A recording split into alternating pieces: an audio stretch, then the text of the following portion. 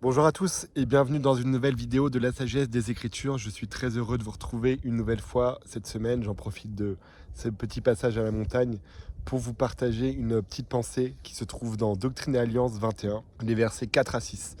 Alors Doctrine et Alliance 21, c'est une recommandation que le Christ il a donnée aux membres de son Église rétablie. C'est un principe qu'il leur a donné. Il leur a promis que, en fait, dans le verset 4, si ils écoutaient les paroles du prophète et qu'ils le suivaient avec patience et avec foi, dans le verset 5, il est promis que les portes de l'enfer ne prévaudront pas contre nous. Et je trouvais ça intéressant, cette expression, les portes de l'enfer ne prévaudront pas contre nous. Alors, déjà, un petit retour sur le verbe prévaloir. Prévaloir qui veut dire avoir plus d'importance.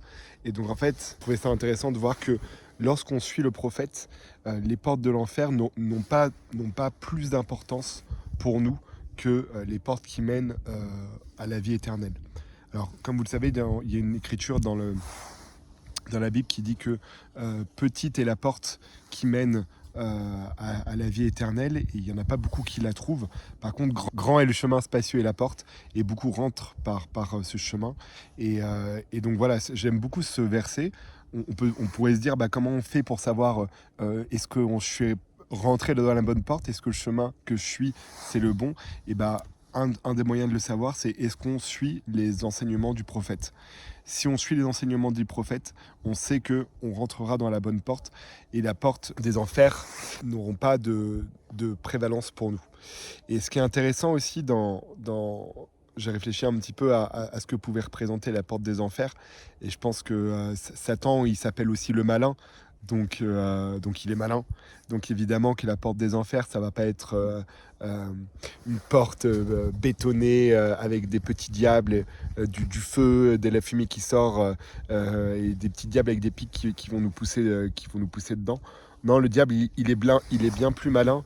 Il fait une porte qui est attrayante, une porte sûrement avec quelques pierres précieuses, une jolie musique, des petits parfums, enfin quelque chose d'attrayant qui va nous donner envie de venir, et selon ce qu'on aime.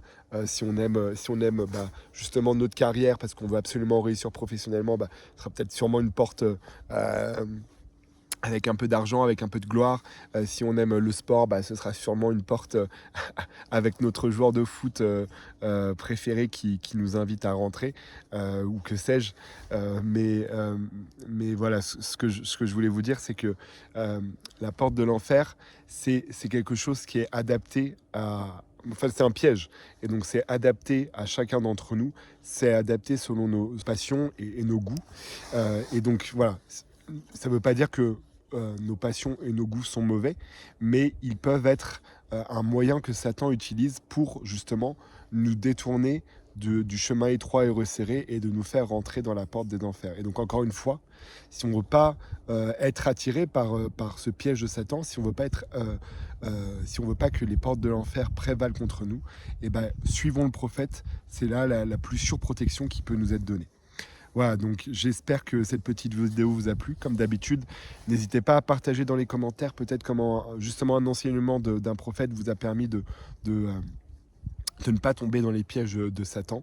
Et n'hésitez pas encore, voilà, à partager cette vidéo. Et je vous dis à bientôt pour plus de sagesse grâce à Jésus-Christ.